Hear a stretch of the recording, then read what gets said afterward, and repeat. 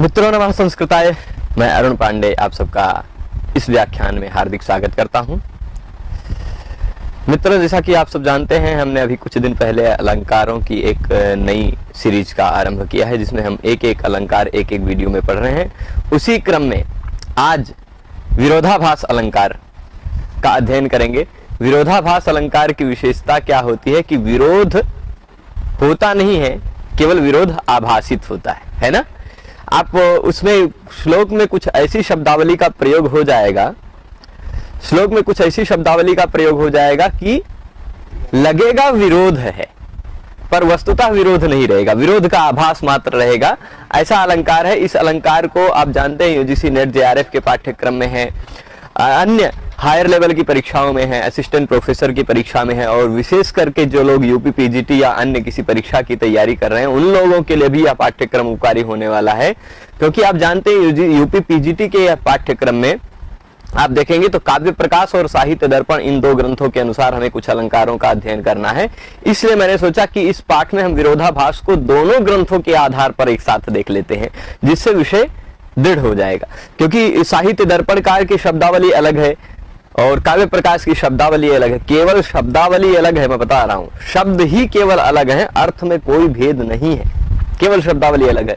तो हम इसलिए दोनों को साथ में लेके आए हैं, दोनों की तुलना करते हुए आपको बताएंगे, दोनों का समन्वय करेंगे और दोनों में क्या विशेषता है, किस तरह से। हाँ, उदाहरण हम केवल काव्य प्रकाश का देंगे क्योंकि नेट जेआरएफ में काव्य प्रकाश ही है पाठ्यक्रम में, पर उसी के साथ साथ जो लोग पीजीटी की तैयारी कर रहे हैं उनके लिए भी उपकारी होगा, क्योंकि साहित्य दर्पण के अनुसार भी हम आपको लक्षण समझा देंगे। उदाहरण एक जैसे ही है, लगभग कुछ उदाहरण अलग हैं, तो आप स्वतः अध्ययन करके समझ पाएंगे, दिशा निर्देश मिल जाएगा। देख लीजिए यहाँ पर इसकी विशेषता है, एक साइड हमने काव्य प्रकाश को शिफ्ट किया है, एक साइड साहित्य दर्पण को बताया। तो साहित्य दर्पण में विरोधाभास अलंकार के बारे में क्या कहते हैं वो वहां लिखा है, काव्य प्रकाश में विरोधाभास के बारे में क्या कहते हैं वो यहाँ लिखा है।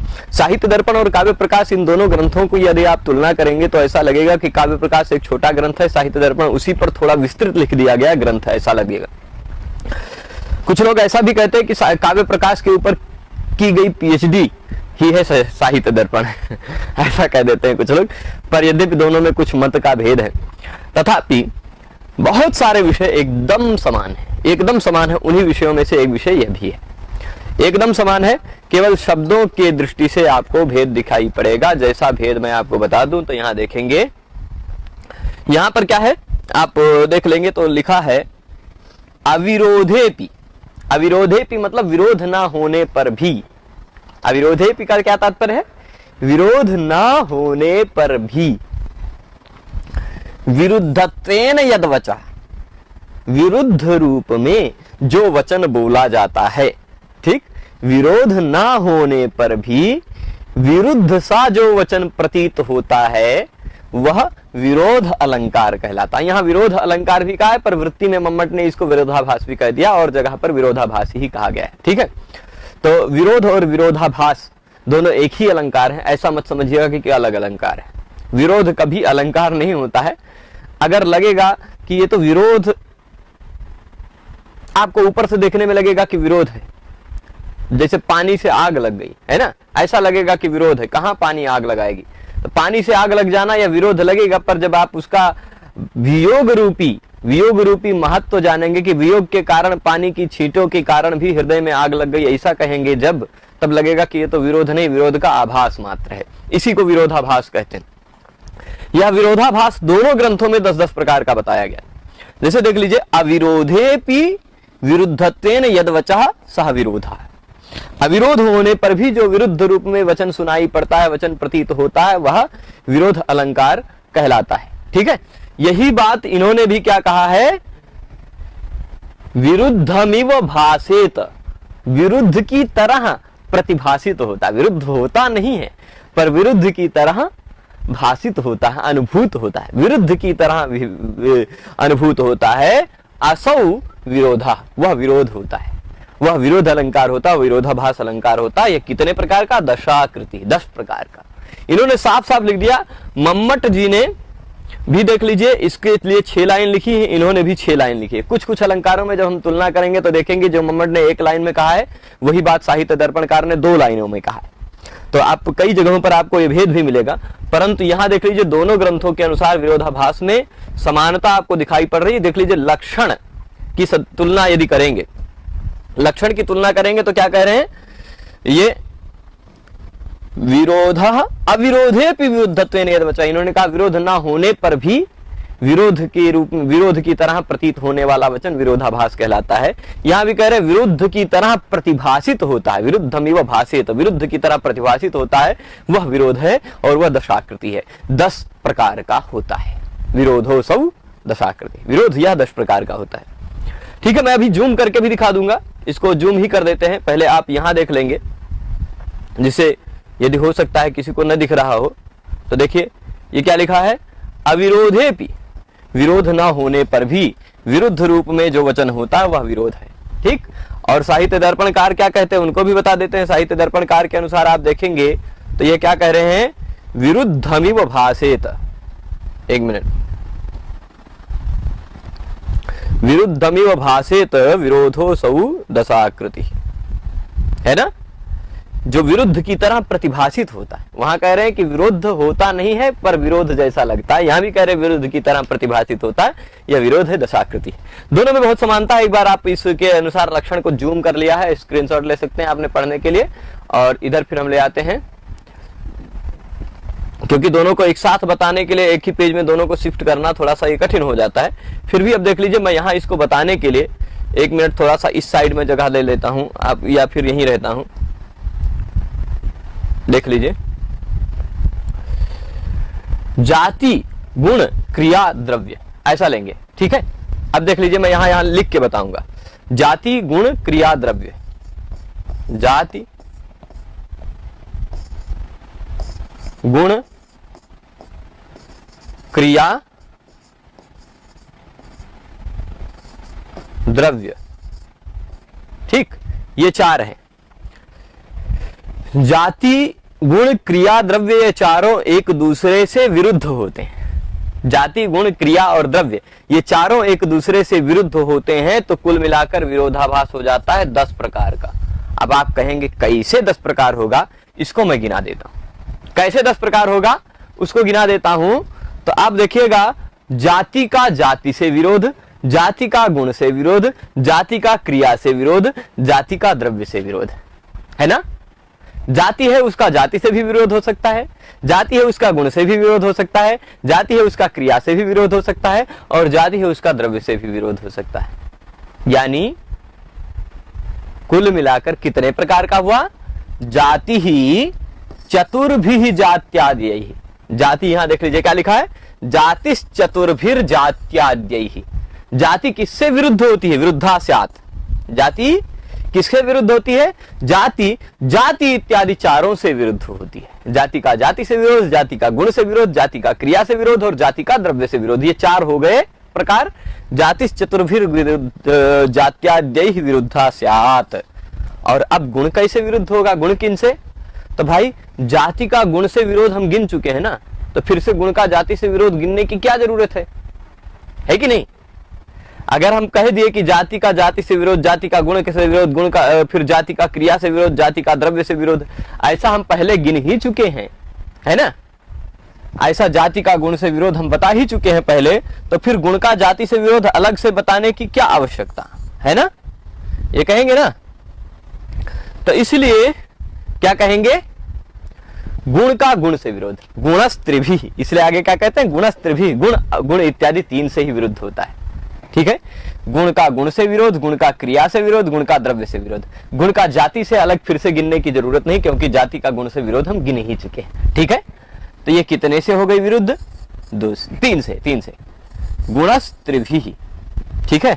मैं इसको मिटा के फिर से ठीक से लिख देता हूं, विरुद्धा स्यात् गुणस्त्रिभिः, गुण 3 से विरुद्ध होगा।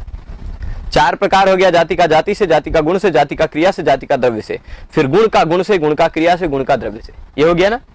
अब आप बताइए, क्रिया का विरोध तो जाति से पहले ही गिना जा चुका है, क्रिया का विरोध गुण से पहले ही गिना जा चुका है, तो क्रिया का विरोध किससे होगा, क्रिया का क्रिया से विरोध और क्रिया का द्रव्य से विरोध। इस तरह से क्रिया का विरोध 2 ही प्रकार का होगा। यही क्या लिखा है, क्रिया द्वाभ्याम, क्रिया का विरोध 2 से होगा, क्रिया से और द्रव्य से। ठीक है, तो अब क्या कह रहे हैं, क्रिया द्वाभ्याम इति, क्रिया दो से विरुद्ध होगी। और अपि, अपि इति नहीं, अपि है। द्रव्यम द्रव्येणैव, द्रव्य का विरोध केवल द्रव्य से ही, क्योंकि द्रव्य का जाति से पहले ही विरोध गिना जा चुका है, द्रव्य का गुण से पहले ही विरोध गिना जा चुका है, द्रव्य का क्रिया से विरोध पहले ही गिना जा चुका है। तो अब द्रव्य का द्रव्य से विरोध केवल एक ही बचेगा, यह 10 प्रकार हो गया। 4 3 7 2 9 1 10 हो गया। कोई ऐसा है जिसको 10 का 10 न समझ में आता हो तो बता देते। फिर से सारांश में जाति, गुण, क्रिया, द्रव्य, ये चारों लिखें तो सबका एक दूसरे से विरोध गिनेंगे तो आपको लगेगा कि चारों का चारों से विरोध तो 16 प्रकार हो जाएगा। नहीं भाई, आप कुछ ज्यादा गिन जाएंगे, क्योंकि इसका इससे विरोध एक बार गिन ही लिया तो फिर इसका इससे विरोध दोबारा गिनने की क्या जरूरत है ना। इसका इससे गिन ही लिया तो इसका इससे गिनने की क्या जरूरत, तो ऐसे मतलब 5-6 आप अतिरिक्त गिन जाएंगे। इसलिए क्या होगा, जाति का इस तरह गिनेगा, जाति का जाति से, जाति का गुण से, जाति का क्रिया से, जाति का द्रव्य से। अब गुण का जाति से हो ही चुका है पहले ही विरोध, तो गुण का गुण से, गुण का क्रिया से, गुण का द्रव्य से। फिर अब गुण का क्रिया का जाति और गुण से पहले ही हो चुका है, इसलिए क्रिया का क्रिया से, क्रिया का द्रव्य से, द्रव्य का तीनों से पहले ही विरोध हो चुका है तो फिर द्रव्य का केवल द्रव्य से। इस तरह से कुल मिलाकर 10 प्रकार हो जाएंगे। यही बात तो यहाँ समझ गए होंगे आप इस लक्षण को, कि विरोध ना होने पर भी जो विरुद्ध की तरह वचन प्रतीत होता है वह विरोध है, और यह 10 प्रकार का होता है। यही बात यहाँ भी साहित्य दर्पणकार भी कहते हैं, उसको मैं यहाँ दिखा दूं। ये उन्होंने पहले भेद बता के फिर उसके बाद बताया। देखिए, जातिस चतुर्भेर जात्याद्यैहि, सेम बात है ना। आप इसीलिए जब पीजीटी में पढ़ते हैं वो लोग इसे ध्यान दीजिएगा। जातिस चतुर्भेर जात्याद्यैर् गुणो गुणादिभिस्त्रिभिः, है ना। जाति इत्यादि तीनों से विरुद्ध होती है, गुण इत्यादि तीनों से विरुद्ध होता है, क्रिया द्रव्याभ्याम, क्रिया और द्रव्य से विरुद्ध होती है, और यत द्रव्यम द्रव्येण वा मिथा, द्रव्य से जो मिथा होता है, एक दूसरे से मिथा मतलब परस्पर विरुद्ध की तरह जहां पर प्रतीत होते हैं वहां विरोधाभास होता है, और वह 10 प्रकार का होता है। गिन लीजिएगा, जाति का 4 से, गुण का 3 से, क्रिया का 2 से, और फिर द्रव्य से। 4 3 2 1 जोड़ लीजिए, 4 3 7 2 9 1 10। सेम बात साहित्य दर्पण में भी, सेम बात काव्य प्रकाश में भी है। अब इतना ही बात है। अब आप साहित्य दर्पण के अनुसार हमने लक्षणों उदाहरणों को, इन्होंने सब उदाहरण उतना व्यवस्थित नहीं दिया है, इस कारण से साहित्य दर्पण के अनुसार हमने उदाहरणों का संकलन करके यहाँ नहीं लाए हैं। हम केवल यहाँ पर आपके लिए उदाहरण कौन सा लेके आए हैं, काव्य प्रकाश के अनुसार उदाहरण लेके आए। ये देख लीजिए, यहाँ 10 प्रकार के विरोध का नाम भी हमने लिख दिया है।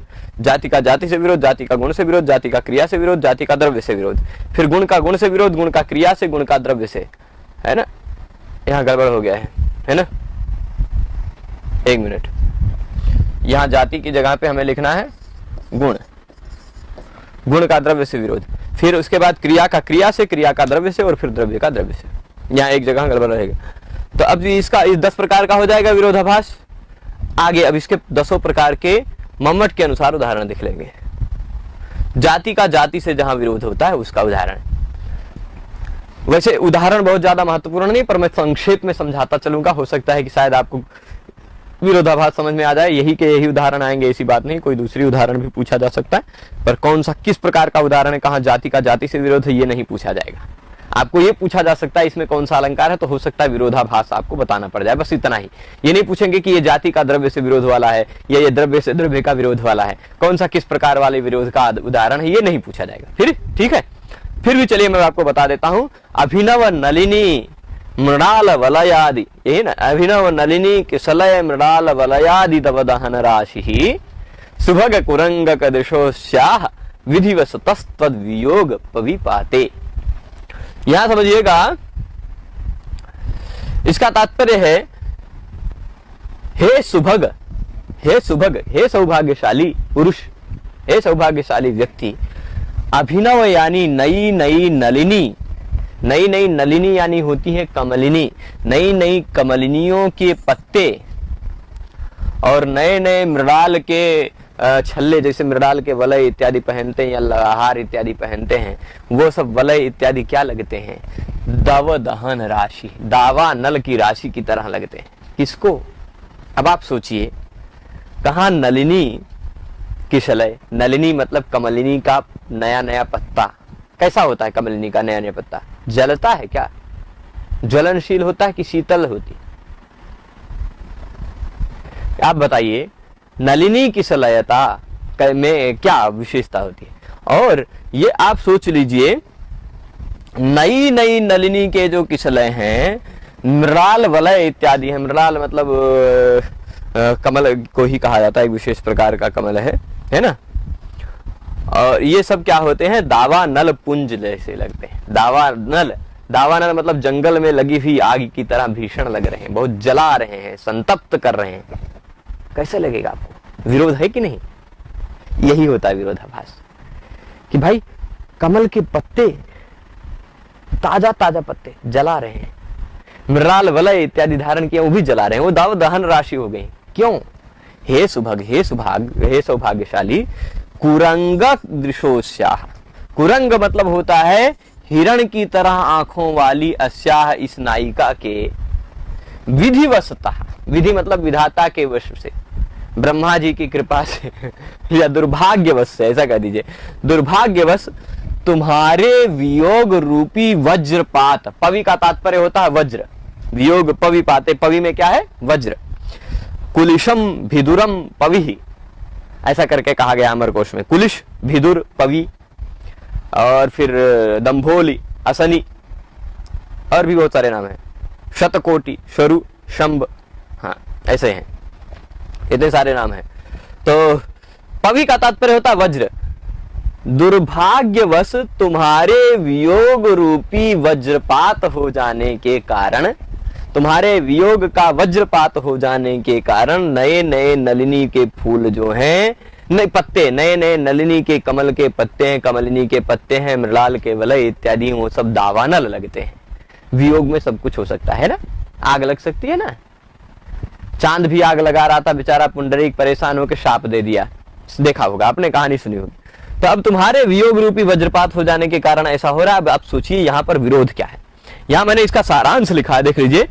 इसमें नलिनी पल्लव में जाति है नलिनी पल्लवता। जाति में बता दूं क्या है? मनुष्य में मनुष्यता जो है वो जाति है, ब्राह्मण में ब्राह्मणता जो है वो जाति है, पशुओं में पशुता है वह जाति है, ठीक है। तो नलिनी पल्लव में नलिनी पल्लवता क्या है? जाति है। नलिनी पल्लवता जहां होगी वहां दावानल पुंजता होगी क्या? जहां नलिनी के ताजा ताजा पल्लव है, जहां नलिनी के ढेर सारे पल्लव हैं, पत्ते हैं, क्या वहां दावानल पुंजता होगी? दावानल की राशि हो जाएगी? नहीं। तब अपितु क्या है? नलिनी पल्लवता में यह जो ता जाति लगी हुई, नलिनी पल्लव के समूहों से दावानल पुंज के समूहों में परस्पर एक दूसरे का विरोध है।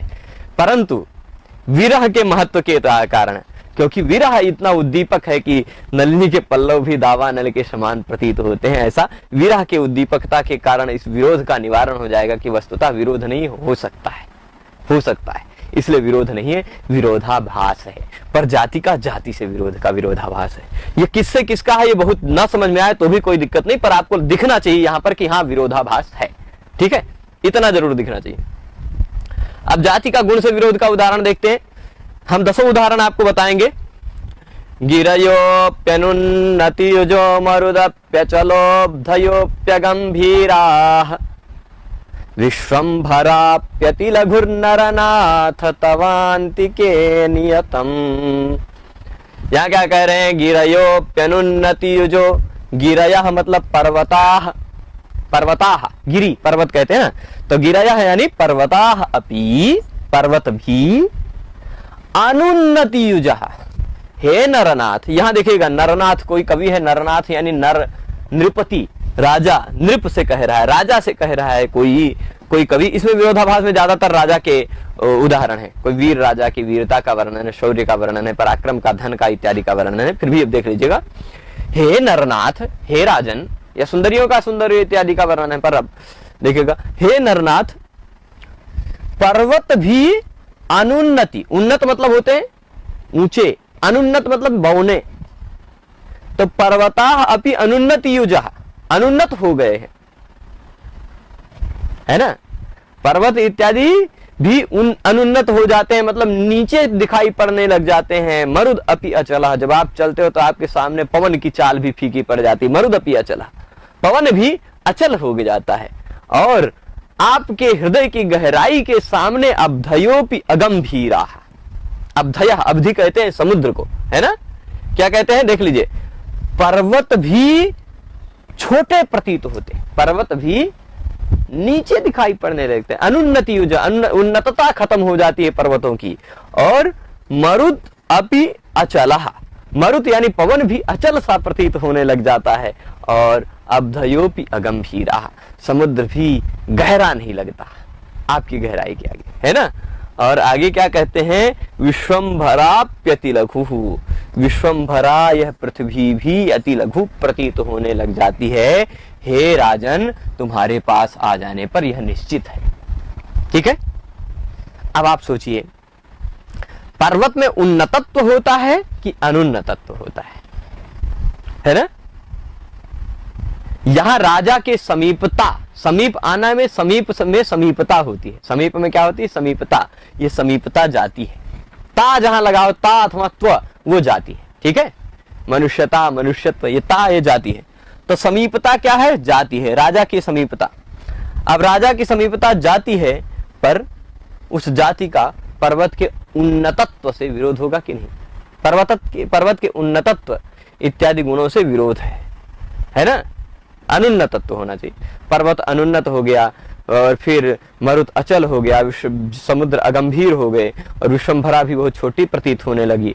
ये सारी बातें आपको विरोध लगेगा। जाति का किसके साथ है विरोध, गुण के साथ, क्योंकि पृथ्वी में लघुता जो है वो गुण है, पर्वत में उन्नतता जो है वो गुण है पर्वत का, है ना।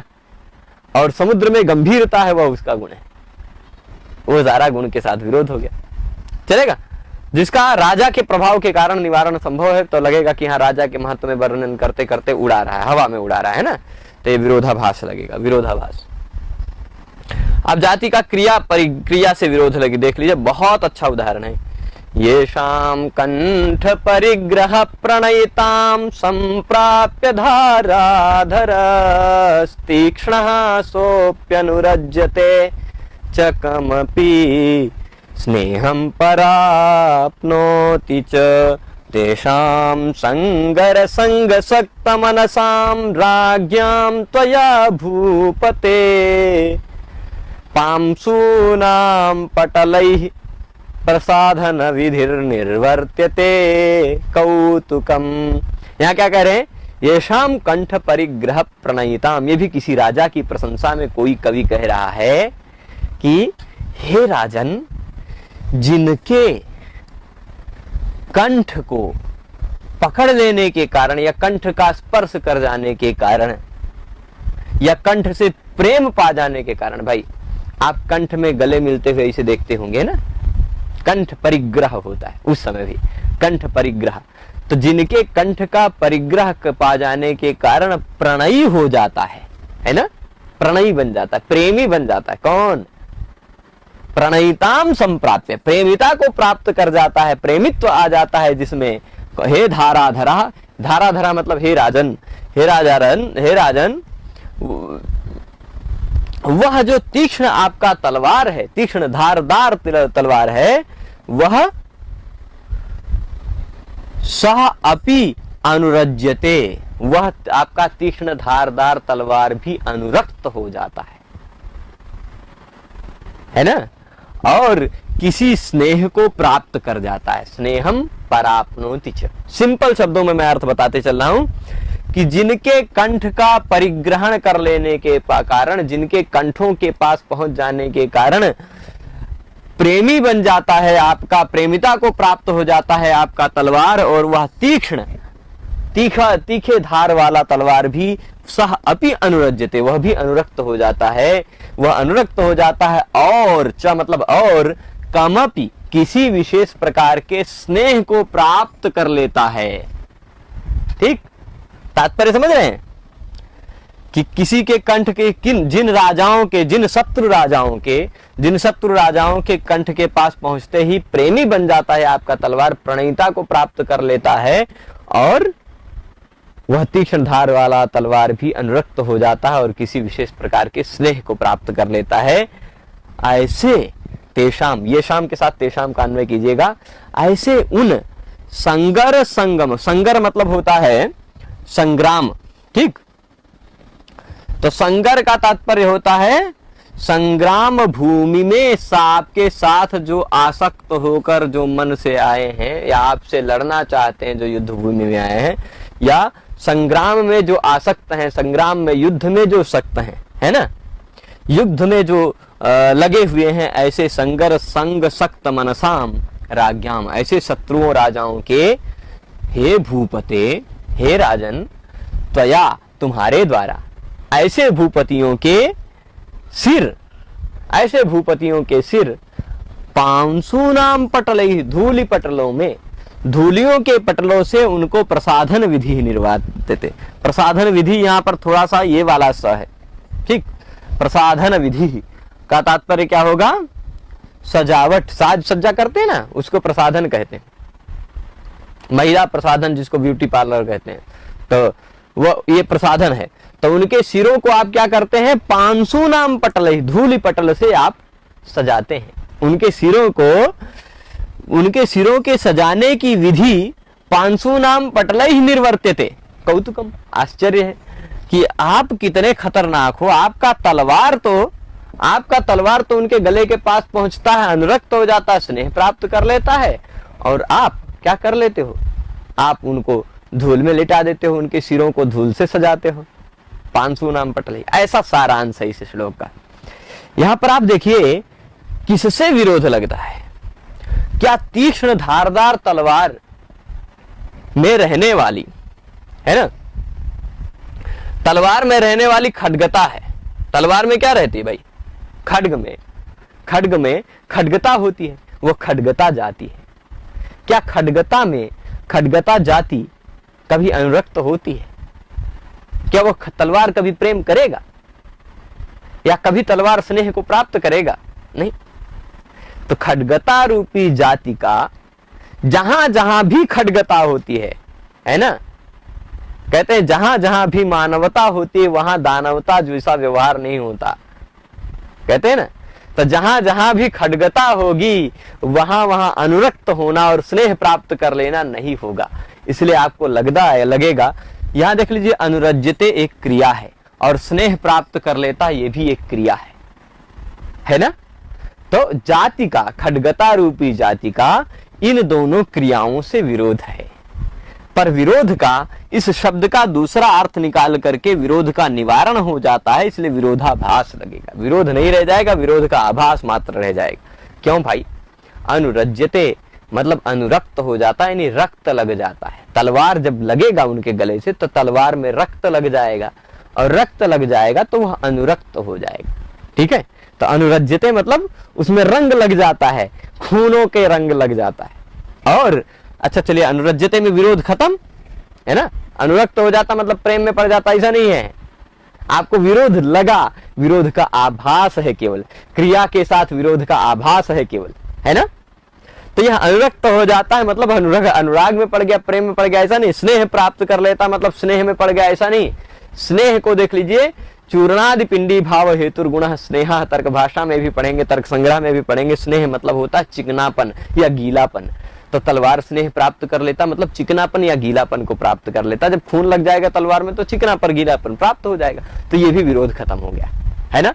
जो आपको लग रहा था कि तलवार की में जो खड्ग में खड्गता है, वो खड्गता कैसे अनुरक्त होगी, वह खड्गता कैसे स्नेह करेगी, वह जो विरोध लग रहा था वह दूसरा अर्थ लेने से वो विरोध खत्म हो गया। इसलिए विरोध खत्म हुआ, यानी विरोध का आभास मात्र रहा, इसलिए इसको विरोधाभास कहेंगे, ठीक है।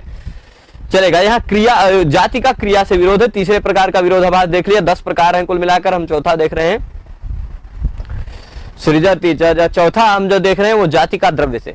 सृजति च जगदिदम अवति च संसरति च हेलयैव योनियतम अवसरवसतः शफरो जनार्दनस्सोऽपि चित्रमिदम। यहाँ क्या कह रहे हैं? सृजति च जगदिदम, इदम जगत सृजति च। सिंपल शब्दों में मैं अर्थ बताता चल रहा हूं, बहुत ज्यादा विस्तार से इसमें व्युत्पत्ति इत्यादि में नहीं बता रहा हूं। खाली मेरा तात्पर्य है, मेरा उद्देश्य है श्लोक का अर्थ बताकर उसमें विरोध का दिखा देना, ठीक। इदम जगत, इस जगत को, इस संसार को, सृजति च बनाते भी हैं, ठीक, इस संसार को बनाते भी हैं। अवति च पालन भी करते हैं, अवरक्षण। अव धातु एक बहुत विस्तृत धातु है पाणिनीय धातु पाठ में, जिसके सबसे ज्यादा अर्थ है, सबसे ज्यादा, लगभग अब गिन नहीं पाया हूं लेकिन 12-15 अर्थ है। पर अब रक्षण अर्थ में भी है, कांति अर्थ में भी है, गति अर्थ में है। तो वहां क्या है? अवति, अवति मतलब रक्षति, पालति, पालयति, ये तात्पर्य लीजिए, पालति नहीं, पालयति। तो जो इदम जगत सृजति च, इस जगत को बनाते भी हैं, अवति च, इस जगत का रक्षण भी करते हैं, पालन भी करते हैं। कौन? हेलयैव, हेलया मतलब सामान्य क्रिया से, मतलब खेल खेल में, खेल खेल में, ठीक। वह जो हेला मात्र से ही, इसे क्रीड़ा क्रीड़ा में ही संसार को बनाते हैं, रक्षा करते हैं, और फिर क्रीड़ा क्रीड़ा में संहरति च, संहार भी कर देते हैं संसार को। कौन करते हैं? जनार्दन, भगवान विष्णु, वही एक ही है, 3 रूप लेकर संसार को बनाते भी हैं, संसार का पालन भी करते हैं और संसार का विनाश भी करते हैं। लेकिन अवसर आ जाने पर वो भी मछली बन जाते हैं। अवसर अवसतः शफरः, अवसर आ जाने पर वो जो पूरे संसार को बनाते हैं, जो पूरे संसार को पालन करते हैं, जो पूरे संसार को नष्ट कर देते हैं, अवसर आ जाने पर वो भी शफर यानी मछली बन जाते हैं। चित्रमिदम, आश्चर्य की बात है ना। सह अपि, सह जनार्दनः अपि एतत् अवसर अवसतः सफरः भवति, अवसर पड़ जाने पर मछली बन जाते हैं। चित्रमिदम, यह आश्चर्य की बात है ना। अब आप यहां पर देखिएगा विरोध क्या है। अब यहाँ विरोध क्या है? यहाँ सफरत्व जाति, सफरत्व मतलब मत्स्यत्व, ठीक है। सफरत्व का तात्पर्य क्या होगा? मत्स्यत्व जाति का जनार्दन रूपी द्रव्य से विरोध है। जो जहां पर मत्स्यत्व रहेगा वहां जनार्दन थोड़े ना रहेगा, है ना। जनार्दन में मत्स्यत्व कहाँ रहेगा? तो द्रव्य से, व्यक्ति से, द्रव्य मतलब किसी शब्द का अर्थ, लेखनी भी द्रव्य है, हम भी द्रव्य हैं, तो उस जनार्दन रूपी द्रव्य से विरोध है। परंतु उनकी जनार्दन की लीला है, भगवान कुछ भी कर सकते हैं, समर्थ हैं, इसलिए लगेगा विरोध नहीं, विरोध का आभास मात्र है। विरोध का आभास भी खाली होगा। अब देखिए इसके बाद गुण का, गुण से विरोध का उदाहरण देख लेते हैं। ये कोई राजा की प्रशंसा में कोई कवि कह रहा है, सततम मुसला सक्ता बहुतर गृह कर्म घटनया नृपते। आगे क्या कहेंगे? द्विज पत्नी नाम, द्विज पत्नी नाम ही है ना, हाँ, द्विज पत्नी नाम पठिना हो गया, पठिना नहीं, यहाँ कठिना है, हमने कठिना सुधारा था फिर भी पठिना रह गया। हाँ, द्विज पत्नी नाम कठिना सती भवती कराह सरोज सुकुमारा। आर्या छंद है, गाने लायक नहीं है, इसलिए खाली बता देते हैं। इसका तात्पर्य सततम, निरंतर। अच्छा, आजकल तो बहुत सारे उपकरण हो गए, आजकल मनुष्य मशीनों का गुलाम हो गया है।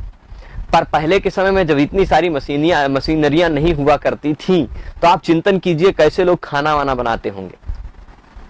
धान ही संग्रहित करके रखते थे, चावल ज्यादा दिन का संग्रहित करके रखा नहीं जा सकता है, इसलिए रोज जब खाना बनाता होता था तो धान को उसमें उखरी पहरुआ इत्यादि से मार करके उसके तुष कण को निकाल दिया जाता था, उसमें चावल अलग निकालते थे। रोज जितना खाना बनना उतना चावल निकालते, रोज जितना रोटी बनना उतना आटा पीसा जाता था चक्की से, है ना। और झाड़ू पोछा इत्यादि करते करते, घर के काम करते करते सततम मुसलासक्ता, निरंतर मुसल में लगे रहने के कारण, मुसल से ठोकाई पिटाई करते रहती थी, है ना, मुसल में लगे रहने के कारण, और बहुतर ढेर सारे गृह कर्म, घर के काम कर जाने के कारण, निरंतर मुसल में लगे रहने के कारण, चावल निकालने के लिए मुसल ठुकाई पिटाई करनी पड़ती है, और बहुतर गृह कर्म, बहुत ढेर सारे घर के काम की घटना करने के कारण, हे राजन, हे राजन, हे नृपते, हे राजन, बहुत सारे घर के काम करने पड़ते थे। इसलिए द्विज पत्नियों के, ब्राह्मण की पत्नियों के, या द्विज शब्द से और लिया जा सकता है, ब्राह्मण क्षत्रिय वैश्य सबको द्विज कहा जा सकता है, द्विज पत्नियों के जो कठिन हाथ हो गए थे। आप जितना ज्यादा काम करेंगे, जितने मजबूत काम करेंगे, वैसे हाथ देखेंगे तो आप बहुत कठिन हो जाते हैं, कठोर हो जाते हैं, उसमें कुछ गठियां पड़ जाती है ना। अब मुसल मार मार के रोज काम करेंगे, बहुत सारा ढेर सारा काम करेंगे, तो द्विज पत्नी नाम कठिना कराह, द्विज पत्नियों के वो जो कठिन हाथ हैं, सती भवती, आपके रहने पर, आपके आ जाने पर, सरोज सुकुमारा, कमल के समान सुकुमार हो गए। वो द्विज पत्नियों के कठोर कठोर हाथ, कठिन कठिन हाथ, आपके आ जाने के कारण, आपके रहते सरोज यानी कमल की तरह सुकुमार हो गए, है ना। ये आप यह बात समझ गए होंगे, भाव इसका तात्पर्य समझ गए होंगे। पर यहां विरोध क्या है? कठिन जो हाथ है वो कोमल सरोज की तरह कैसे हो गए? कठिनता और कोमलता का विरोध है यहाँ। कठिनता भी एक गुण है हाथ का ही, कोमलता भी एक गुण है, इन दोनों गुणों का विरोध है।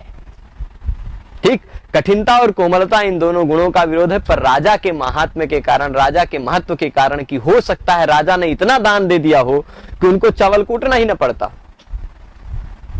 इतना दान दे दिया हो कि उनको बस बिना मेहनत के खाने को मिल जाता हो, तो वो द्विज पत्नियों के जो कठिन हाथ थे, कठोर हाथ थे, कोमल हाथ नहीं थे, वो कोमल हो गए, सरोज सुकुमार हो गए, है ना। तो ये अब कठिनता रूपी गुण का कोमलता रूपी गुण से विरोध है, और वह राजा की दान की महिमा के कारण निवारित हो सकता है, इसलिए विरोध नहीं है, विरोधाभास मात्र है, विरोध का आभास मात्र।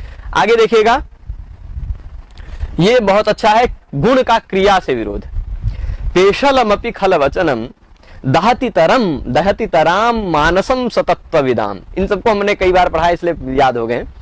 पेशलमपि खल वचनम दहति तराम मानसम सतत्व विदाम परुषमपि सुजन वाक्यम मलयज रसवत प्रमोदयति। यह देखिएगा, खल वचनम, खल का वचन, खल मतलब दुष्ट, दुष्ट का वचन, खल वचनम मतलब दुष्ट का वचन यदि पेशल हो, पेशल का तात्पर्य होता है थोड़ा कोमल, अच्छा, मधुर वचन। ठीक, मधुर। बहुत सारे लोग आपके प्रिय बोलते हैं, अरे भाई आप तो महान हो, आप ऐसा कर लेते हो, आप ऐसा कर लेते हो, आपके जैसा कोई नहीं, ऐसा हो सकता है। इसको कहते हैं मृदु वचन, मधुर वचन, उसको पेशल वचन कहते हैं। ठीक है, तो खल व्यक्ति, दुष्ट व्यक्ति, अगर कोई दुष्ट व्यक्ति है, अगर कोई आपका दुश्मन है, दुश्मन मतलब मान लीजिए जो आपसे जलन रखता है, या जो उसको जानते हैं कि वह व्यक्ति आपके प्रति अच्छा बोल ही नहीं सकता, यदि वह खल व्यक्ति, खल दुष्ट दुर्जन व्यक्ति, उस दुर्जन व्यक्ति का पेशल वचन भी हो, तो भी वह सतत्व विदाम मानसम दहति तराम। सतत्व विदाम मानसम दहति तराम का तात्पर्य मतलब अच्छे लोगों के मन को जला देता है। दुर्जनों का मृदु वचन भी, दुर्जनों का कोमल वचन भी, अच्छा वचन भी क्या कर देता है? सतत्वविदों के, अच्छे लोगों के मन को जला देता है ना, जला के रख देता है, दहति तराम। परंतु सुजन वाक्यम, सज्जन का वाक्य, सज्जन का वाक्य यदि परुषम अपि हो, परुष यानी कठोर भी हो, सज्जन का वाक्य यदि कठोर भी हो, तो वह मलय पर्वत पर उत्पन्न होने वाले, मलयज, मलयज किसे कहते हैं? मलय पर्वत पर उत्पन्न होते हैं, मलयागिरी चंदन, है ना, मलयगिरी चंदन बहुत प्रसिद्ध है। तो देखिए, खल का वचन यदि परुष हो, मतलब कोमल हो, खल का वचन यदि पेशल हो, फिर भी वह अच्छे लोगों के मन को जला देता है। और सज्जन का वाक्य यदि परुष हो यानी कठोर हुई हो, जिसका आप आदर करते हैं, जो आपके प्रति सम्माननीय है हमेशा, और जो सबकी नजर में सज्जन है, ऐसा व्यक्ति यदि आपको डांट भी देगा तो बुरा नहीं लगे, है ना। ऐसा व्यक्ति आपको बहुत कुछ बुरा लग जाएगा, लेकिन आपके मन को बहुत कुछ बुरा बोल जाएगा, लेकिन आपके मन को उसका वचन हल्का कर देगा, आपके हृदय के भार को खत्म कर देगा, आपके संताप को दूर कर देगा उसका कठोर वचन भी। तो ये क्या कह रहे? सुजन वाक्यम परुषमपि, सज्जन का वाक्य कठोर भी है, फिर भी मलय चंदन, मलय पर्वत पर उत्पन्न होने वाला जो मलयज चंदन है, उस मलयज चंदन से मिश्रित रस की तरह प्रमुदित कर देता है, चंदन से मिश्रित जल की तरह आनंदित कर देता है। आप देखिए यहाँ पर विरोध क्या है? यहाँ पर विरोध है, कोमलता में दाह रूपी गुण कहां से आएगा? एक मिनट समझिएगा, यहाँ कोमलता रूपी गुण है ना, वचन की कोमलता, कोमल वचन, मृदु वचन, ये कोमलता या मृदुता क्या है? एक गुण है। वह गुण का दहति तराम इस क्रिया के साथ विरोध हो सकता है। वो गुण जलाएगा क्या? कोमलता मृदुता जलाएगी नहीं, तो कोमलता रूपी गुण का दाह रूपी क्रिया से विरोध है। और कठोरता रूपी वचन है, कठोर वचन है ना, कठोरता रूपी गुण का प्रमुदित करना, कठोर है फिर भी प्रमुदित कर रहा है, कठोरता रूपी गुण का प्रमुदित करने रूपी क्रिया से विरोध है। यहां गुण का क्रिया से विरोध है। ठीक है, गुण का क्रिया से विरोध है, ये उदाहरण हो गया। आगे देखते हैं, 6 प्रकार हो गए, 4 प्रकार, 4 उदाहरण और बचे हैं, जल्दी जल्दी देख लेते हैं, इनको फिर समाप्त करेंगे। सातवां प्रकार है क्रौंचाद्रिरुद्राम कौंचाद्रिरुद्दाम दृशदृढोऽसौ यन्मार्गणानर्गलशातपाते अभून्नवाम्भोजदलाभिजातः सभार्गवः सत्यमपूर्वसर्गः। सभार्गवः, भार्गवः यानी भृगोः, भृगु के गोत्र में उत्पन्न भार्गव परशुराम को कहा गया है। भार्गव कौन है? परशुराम। वह परशुराम सच में अभूतपूर्व सृष्टि थे, मतलब उनसे पहले उनके जैसा किसी को बनाया ही नहीं गया। अपूर्व सर्ग है। अपूर्व सर्ग मतलब वो ऐसे सर्ग हैं, ऐसी सृष्टि है भगवान की जिसके जैसा और कोई पहले बना ही नहीं, है ना। अपूर्व सर्ग, सत्यम, सच में वो परशुराम जी सच में अपूर्व सर्ग हैं। क्यों? क्योंकि क्रौंच पर्वत है। क्रौंच नाम का एक पर्वत है। क्रौंच नाम का पक्षी भी होता, पर क्रौंच नाम का एक पर्वत भी है। क्रौंचाद्रि कह रहे हैं। अद्रि, अद्रि मतलब होता पर्वत, है ना। तो क्रौंचाद्रि जो ऊंचे ऊंचे पत्थरों से युक्त होने के कारण उद्दाम दृशत, उद्दाम मतलब ऊंचे और दृशत यानी पत्थरों से युक्त होने के कारण जो दृढ़ है, उद्दाम दृशत दृढ़, ऊंचे ऊंचे पत्थरों से युक्त होने के कारण जो दृढ़ पर्वत है क्रौंच पर्वत, वह क्रौंच पर्वत जिनके मार्गणान, मार्गण कहते हैं जो मार्ग तक पहुंच जाए, जहां जिस मार्ग तक प्रेरित किया जाए वहां तक पहुंच जाए उसको मार्गण कहा जाता है। वो बाणों को भी कहा जाता है क्योंकि उसका मार्ग निर्देशित कर दिया जाता है जहां वहां पहुंच जाते हैं। तो मार्गण अनर्गल सप्त पाते, सात पाते, जिनके बाणों के अनर्गल बरसात होने के कारण, अनियंत्रित बरसात होने के कारण, जिन परशुराम ने इतने बाणों की वर्षा कर दी कि ऊंचे ऊंचे पत्थरों से युक्त जो दृढ़तम पर्वत क्रौंच पर्वत, बहुत मजबूत पर्वत माना जाता था, वह उनके बाणों के प्रहार के कारण अभूत कैसा हो गया? नवाम भोज दलाभिजाता, नव नवीन, अंभोज कमल, नवीन कमल के दल के समान कोमल हो गया। क्रौंच पर्वत जिनके बाणों के प्रहार, जो अत्यंत दृढ़ क्रौंच पर्वत था, जिनके बाणों के प्रहार के कारण कमल के दल के समान कोमल हो गया, ऐसा है ना। ऐसा क्या होगा? वो भार्गव सत्य में अपूर्व सर्ग है। यहां देखिए कोमलता रूपी गुण का क्रौंच रूपी पर्वत से विरोध है। क्रौंच पर्वत क्या है? कोई जाति नहीं है, एक व्यक्ति है, एक द्रव्य है। क्रौंच पर्वत पर्वतता वाली नहीं लेनी है। पर्वतता में चले जाएंगे तो सभी पर्वत हो गए, पर यहाँ सभी पर्वतों की बात नहीं चल रही, केवल एक पर्वत की बात चल रही, यानी वह एक द्रव्य है, एक वस्तु है, एक व्यक्ति, एक पदार्थ है ना। जहां पर एक से अनेक का बोध होता वहीं पर जाती है। जैसे मनुष्यता कहने से सभी मनुष्यों में है, जैसे पशुता कहने से सभी पशुओं में है ना। स्त्रीत्व कहने से सभी स्त्रियों में है, तो वो जाति वहां होती है, जाति है। परंतु यहाँ क्रौंचाद्रिता नहीं कह पाएंगे क्योंकि वह एक व्यक्ति वृत्ति मात्रम तो न जाति ही, एक वृत्ति में जो वृत्ति रहता वह जाति नहीं कहलाता। तो क्रौंच पर्वत की केवल बात है, वह एक व्यक्ति है, वह एक द्रव्य है। तो क्रौंच पर्वत का कोमलता रूपी गुण से विरोध है ना। कोमलता से, इस गुण से इस द्रव्य का विरोध है। कोमलता जहां हो, क्रौंच पर्वत का है, वहां कोमलता कहां से आई? परंतु परशुराम के बाण प्रहार की महिमा के द्वारा उस कोमलता रूपी जो विरोध है, उस विरोध का वारण हो जाएगा कि परशुराम के बाणों में ऐसा सामर्थ्य है, वो कुछ भी कर सकते हैं, है ना। तो इस कारण से लगेगा कि ये विरोध नहीं है, अपितु विरोध का आभास मात्र है। ठीक है, यह एक अलंकार हुआ। इसके बाद एक एग्जाम्पल हुआ, इसके बाद 3 उदाहरण और बचे हैं, इसको भी देख लेते हैं। परिच्छेदातीतः सकल वचनानाम विषयः पुनर्जन्मन्यस्मिन् अनुभव पथं यो न गतवान् विवेक प्रध्वंसादुपचित महामोह गहनो विकारः कोऽप्यन्तर्जडयति च तापं च कुरुते। यहाँ पर क्या कह रहे हैं कि ये क्या है? पर यह उदाहरण उनका है, मालती माधव का, बहुभूति के मालती माधव का है। मालती के वियोग में माधव के विरह का वर्णन किया गया है। माधव क्या कह रहा है कि जिसका, आप खाली ऐसे समझ लीजिए, वियोग में, मालती के वियोग में उस माधव की दुर्दशा क्या हो गई है, जिसके बारे में कहा नहीं जा सकता, सकल वचना नाम अविषय, जो सभी प्रकार के वाणी का अविषय हो गया, जिसके बारे में अपनी वाणी से बोल ही नहीं सकते हैं।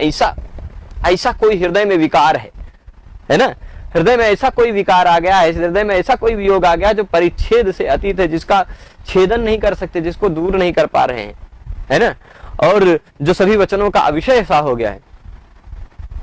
और पुनर्जन्मनि अस्मिन, इस हमारे इस पिछले जन्म में भी, इस जन्म में भी हमारे इस अनुभव के पथ पर जो कभी नहीं आया, जिस प्रकार के विकार का मैंने आज तक कभी अनुभव ही नहीं किया, जिस प्रकार के विकार का आज तक मैंने कभी अनुभव ही नहीं किया, जो परिच्छेद से अतीत है, जो सभी प्रकार की वाणियों का विषय है, और ऐसा मेरे विवेक के प्रध्वंस हो जाने के कारण, महामोह के अंधकार आ जाने के कारण जो संचित हो गया है, ऐसा कोई विकार अंतः जड़यति, ऐसा कोई विकार, ऐसा कोई विकार अंदर हृदय में शीतलता भी दे रहा है, तापम चकुलते, जड़ कर दे रहा है। मतलब भाई ठंडी होती है तो वैसे सिकुड़ के आप स्थिर हो जाते हैं ना, तो जड़यति मतलब जड़ता प्रदान कर रहा है, शीतलता प्रदान कर रहा है, और तापम चकुरते, जला भी रहा है, जड़ता भी प्रदान कर रहा है, जला भी रहा है।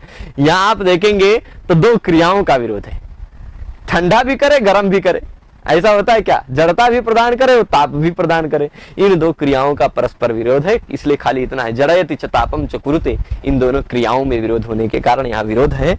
और परंतु हो सकता है भाई प्रेम के विकार में, वियोग में सब कुछ संभव है, इस तरह से हो सकता है, इस ऐसा सोचेंगे तो विरोध का वारण भी हो जाता है। ठीक है, प्रेम की विचित्रता है बस इसी कारण।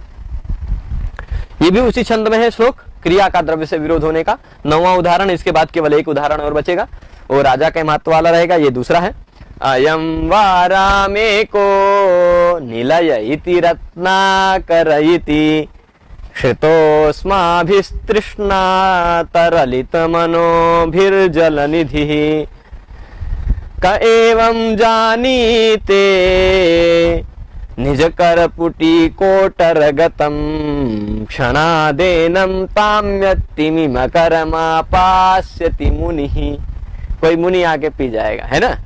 क्या था, अयम वाराम एको, वाराम मतलब जलानाम, ठीक, यह जलों का निलय है, जलों का एक प्रकार का भंडार है, और रत्नों का भी आकर है, जलों का भी आकर है, जलों का भी निलय है, जलों का संग्रहालय एक प्रकार से, जल क्या है कहते हैं, जलधि है, और रत्नाकर भी है, रत्नों का भंडार है, रत्नों की खान है, बहुत सारे रत्न समुद्र में है ना। और अस्मा भी, इसलिए अस्मा भी हम सब के, जो हम सब कैसे हैं, तृष्णा तरलित मनो भी, तृष्णा से युक्त मन वाले हैं हम सब, तृष्णा से, प्यास से युक्त मन वाले लोगों ने जलनिधि श्रिता, हम सबके द्वारा क्या हो गया, जलनिधि आश्रित कर लिया गया। कुछ प्राणी लोग हैं विशेष प्रकार के, कुछ विशेष प्रकार के प्राणी लोग हैं, वो सोच रहे हैं कि ये पानी का समूह है, या मछलियां सोच लीजिए, मछलियां सोच रही कि ये पानी का समूह है, ढेर सारा, बहुत सारे पानी है इसमें, और रत्नों का भी भंडार है, रत्नाकर है। इसलिए हम सब क्या किए कि इस जलनिधि का आश्रय ले लिए, जलनिधि अस्माभिश्रिता, ये जलनिधि हम सबके द्वारा आश्रित कर लिया गया। लेकिन भला कौन ऐसा जानता था, का एवं जानीते, कौन ऐसा जानता था कि अपने करपुट के कोटर में, अपने इसमें करपुट के कोटर में क्षण भर में आकर ताम्यतिमि मकरम, मछली मकर इत्यादि सबके साथ आपास्यति मुनि, कोई आके मुनि और पी जाएगा, है ना, कोई मुनि आएगा और पी जाएगा। कौन भला ऐसा जानता था, है ना। तो इस उदाहरण में आप देखेंगे पान क्रिया, समुद्र पान क्रिया है ना, समुद्र पान क्रिया का अगस्त्य रूपी द्रव्य से विरोध है। अगस्त्य भला समुद्र पान कैसे कर जाएंगे, आप सोचिए, ऐसा द्रव्य से विरोध है, पर वह विरोध अगस्त्य के महिमा के कारण निवारित हो जाता है। तो क्रिया का द्रव्य से विरोध नहीं रह जाता, विरोध का आभास मात्र रह जाता है। अंतिम उदाहरण देखेंगे, 10वां प्रकार, समद मतंगज मद जल निश्चंद परिश्वनी पयस्विनी परिश्वंगात। पयस्विनी है, तरंगिणी है। अच्छा, तरंगिणी भी पाठ मिलता है, ठीक है। समद मतंगज मद जल निश्चंद तरंगिणी परिश्वंगात क्षिति तिलक त्वयि तटजुषि शंकर चूड़ा पगापि कालिंदी। क्या कह रहे हैं कि हे क्षिति तिलक, हे क्षिति तिलक, पृथ्वी के तिलक। क्षिति तिलक क्या हुए? पृथ्वी के तिलक। हे पृथ्वी के राजा, कोई राजा का वो बता रहा है कोई कवि कि हे क्षिति तिलक त्वयि तटजुषि, तुम तट पर आ जाते हो तो। किसके तट पर? अरे जिसके तट पर हम हैं। किसके तट पर? गंगा जी के, गंगा में, है ना। जो कैसी है? शंकर चूड़ा पगा है। शंकर से चूड़ा, शंकर चूड़ा, शंकर भगवान की जटा, है ना। शंकर से चूड़ायाः अपगच्छति इति शंकर चूड़ा पगा। शंकर की चूड़ा से जो अपगत होती हैं, निर्गत होती हैं, वो शंकर चूड़ा पगा कौन है? गंगा। ठीक है। तो यहाँ क्या कह रहे हैं? हे क्षिति तिलक, हे पृथ्वी के तिलक, जब तुम तट पर आ जाते हो, जब तुम तटजुषि, तटजुषि में जुष धातु है सेवन अर्थ में, जब तुम तट पर आकर सेवन करते हो या रह जाते हो, तट पर आ जाते हो किसी गंगा जी के, तो जो शंकर चूड़ा पगा है ना, गंगा जी है ना, वो यमुना बन जाती है। अब आप सोचो कैसा विरोध है? द्रव्य का द्रव्य से विरोध है ना। गंगा भी एक द्रव्य है और यमुना भी एक द्रव्य है। इन दोनों द्रव्यों का विरोध लगेगा कि नहीं? कि हे राजन, जब आप गंगा जी के तट पर खड़े हो जाते हो तो गंगा जी भी यमुना बन जाती है। विरोध लग रहा है ना, साफ साफ विरोध लग रहा होगा। त्वयि तटजुषि हे क्षिति तिलक, तुम तट पर आ जाते हो हे क्षिति तिलक, तो शंकर चूड़ा पगापी, शंकर की चूड़ा से अपगत होने वाली जो कालिंदी है, वो जो गंगा है, वह कालिंदी यानी यमुना बन जाती है। आप गंगा और यमुना की विशेषता जानते होंगे कि गंगा, हम तो जानते हैं, विशेष जानते हैं, जो लोग प्रयाग आए हैं वो विशेष जानते हैं कि प्रयाग में ऐसे गंगा की धारा है, इधर जा रही है, और ऐसे यमुना की धारा है, इधर से आके मिल रही है, यहीं पे है ना, यहीं पे। तो यहां से इधर काला पानी है। कैसा पानी है? काला। और यहां से इधर सफेद पानी, साफ। तो अब आप सोचिए, कालिंदी नाम ही है, कलिंद गिरी नंदिनी है, कलिंद पर्वत से निकलने वाली वो कालिंदी यमुना। आप सोचिए यमुना कैसी है? काली काली। और गंगा कैसी है? एकदम साफ।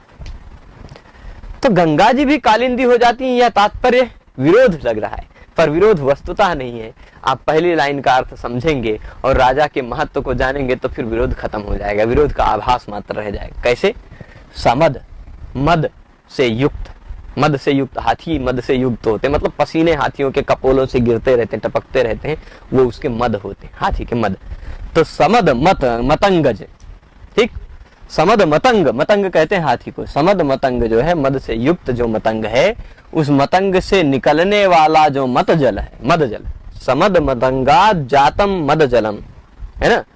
तो समद मतंग से जो उत्पन्न होने वाला जो मद जल है, उस मद जल का प्रवाह होता है। इतने सारे हाथियों के साथ किसी नदी का, अगर गंगा जी के तट पर आकर खड़ा हो गए आप राजन, अगर किसी इतने हाथियों के साथ आकर गंगा जी के तट पर खड़े हो जाते हो, तो जो मद से युक्त मतंग हैं, हाथी हैं, उन मतंगों के से उत्पन्न होने वाला, निकलने वाला जो मद जल है, वो मद जल का जब प्रवाहित होता है, प्रवाह होता है, निश्चंद होता है, यानी प्रवाह होता है, और वह निश्चंद यदि तरंगिणी यानी गंगा जी में, ठीक, तरंगिणी यानी नदी में अगर परिष्वक्त हो जाता है, मिल जाता है, हाथी भी हो सकता है गंगा जी में कूद पड़ते हो, है ना, नहाने के लिए। मद से युक्त दोपहर होगा तो ना कूद जाते हो, या तो उनके मद जल से, या उनका मद जल वैसे ही बह के गंगा जी में लग जाता है, तो उस पर तरंगिणी परिश्वंगात। अब गंगा जी इतनी मैली हो जाती है, राम तेरी गंगा मैली हो गई, है ना। तो जब हाथी के मद जल निकलेंगे तो गंगा बेचारी धूल दूसरी तो होकर मैली हो जाएंगी, तो शंकर चूड़ा पगापी कालिंदी। व्यावहारिक बात लगेगी, आपको विरोध नहीं लगेगा, है ना। हो सकता है, संभव है। अब इतने सारे ढेर सारे लोग जाके कूद जाओ गंगा जी में एक साथ, तो देख लीजिए कालिंदी का और गंगा जी का कलर एक जैसा लगने लगेगा, है ना। तो वही शंकर चूड़ा पगापी कालिंदी, यहाँ पर विरोध नहीं, विरोध का आभास मात्र है, परंतु लगता है कि विरोध है कि गंगा यमुना कैसे बन गई, है ना। तो इस तरह से हमने देखा इस तरह जाति गुण क्रिया द्रव्य इन चारों से परस्पर एक दूसरे से विरोध होने पर उसके परिहार हो जाने से 10 प्रकार है ना। जाति गुण और क्रिया और द्रव्य इन चारों का परस्पर एक दूसरे से विरोध होगा और फिर उसका विरोध का परिहार हो जाएगा, तो 10 प्रकार से विरोधाभास हो सकता है। ठीक है, तो आज के इस पाठ में इतना ही रखते हैं। यह पाठ आशा करता हूं आप सबको अच्छा लगा होगा। इस पाठ में हमने 10 प्रकार के विरोधाभास को देखा। यह पाठ यूपी पीजीटी के लिए भी, असिस्टेंट प्रोफेसर के लिए भी, एनडीए नेट जेआरएफ इत्यादि परीक्षाओं के लिए भी विशेष उपकारी है। आप सभी लोग इस पूरे पाठ में जुड़े रहे, इसके लिए आप सबको बहुत बहुत धन्यवाद। हम आप सबसे फिर मिलेंगे अगले पाठ में निदर्शन अलंकार के साथ। तब तक धन्यवाद, नमस्कार।